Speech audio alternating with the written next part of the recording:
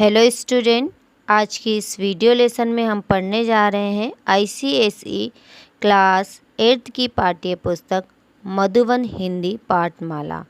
इस video lesson में हम हिंदी का पाठ 5 पढ़ेंगे। इस पाठ का नाम है शक्ति और क्षमा, और ये शक्ति और क्षमा एक कविता है और इस कविता के कवि हैं श्री रामधारी सिंह दिनकर जी।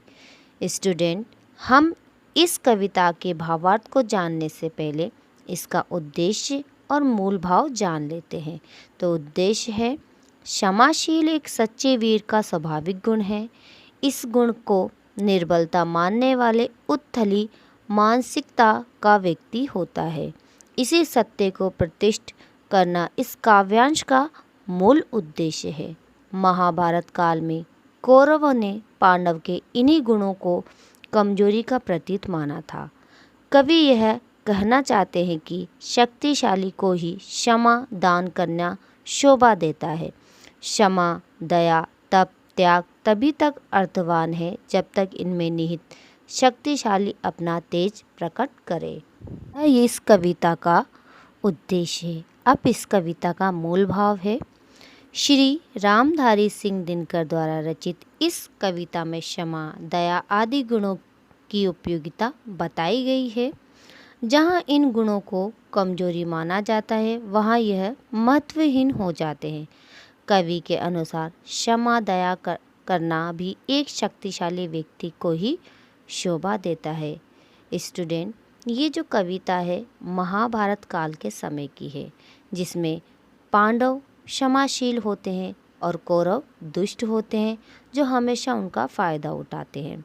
युधिष्ठिर का स्वभाव हमेशा सत्यवादी धर्मवादी होता है।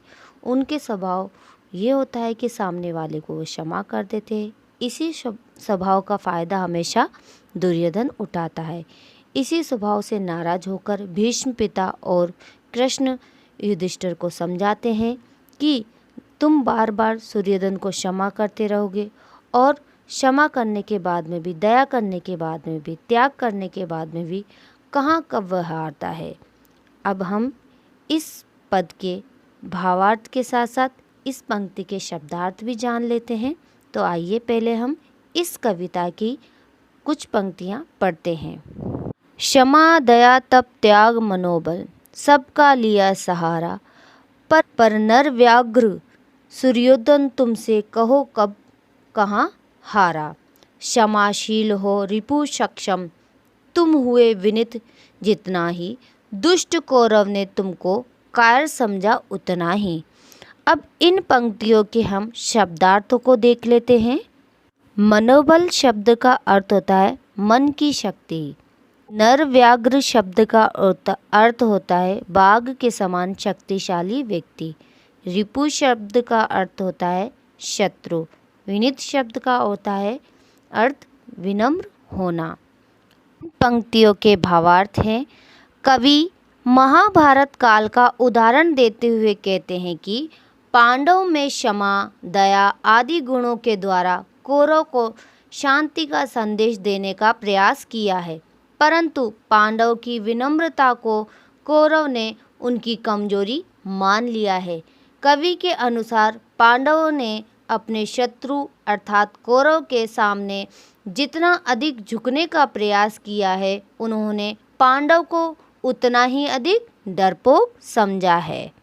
तो स्टूडेंट, मैं उम्मीद करती हूँ इस कविता की कुछ पंक्तियाँ आपको समझ में आ गई होंगी।